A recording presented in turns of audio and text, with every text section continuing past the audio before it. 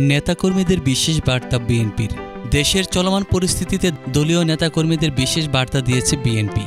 রোববার দলের vice chairman, চেয়ারপারসনের উপদেষ্টা, জাতীয় নির্বাহক কমিটি এবং তৃণমূল পর্যায়ের নেতাকর্মীদের এ সংক্রান্ত চিঠি পাঠানো হয়েছে বলে বিএনপির কেন্দ্রীয় দপ্তর সূত্রে জানা গেছে। চিঠিতে বলা হয়েছে, বাংলাদেশ জাতীয়তাবাদী দল বিএনপি এবং এর সকল অঙ্গ ও সহযোগী সংগঠনের নেতৃবৃন্দ সহ সংশ্লিষ্ট সকলের অবগতির জন্য নির্দেশক্রমে জানানো যাচ্ছে যে আপনাদের অধীনস্থ কোনো ইউনিটে সাংগঠনিক কাজের উদ্দেশ্যে সফরকালে কোনো ধরনের মোটরসাইকেল বহর ও কারসহ অন্য কোনো যানবাহনে শোভাযাত্রা পরিহার করতে হবে।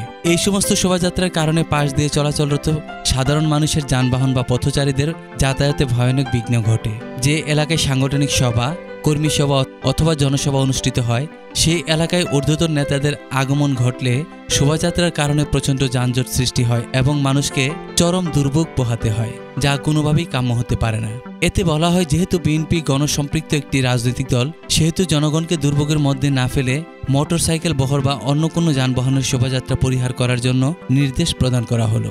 চিঠিতে আরও বলা হয়েছে, ইতিমধ্যে লক্ষ্য করা যাচ্ছে যে ঢাকাসহ সারা দেশে বিএনপি এবং এর সংগঠন ও সহযোগী সংগঠনের নেতাকর্মীদের রং বেরঙের পোস্টার, ব্যানার, ফেস্টুন প্রদর্শন করতে। এটি অত্যন্ত দৃষ্টিকটু, অনভিপ্রেত এবং দলের শৃঙ্খলা পরিপন্থী। দলের অতি উৎসাহী কতিপয় নেতৃবৃন্দ নিজেদের ছবি সম্বলিত পোস্টার প্রকাশ করেছেন এবং ফেস্টুন ও ব্যানার ঝুলিয়ে রাখছেন। এরকম পোস্টার, ব্যানার, ফেস্টুন প্রদর্শন করা থেকে নেতাকর্মীদের বিরত থাকার জন্য নির্দেশ প্রদান করা হচ্ছে।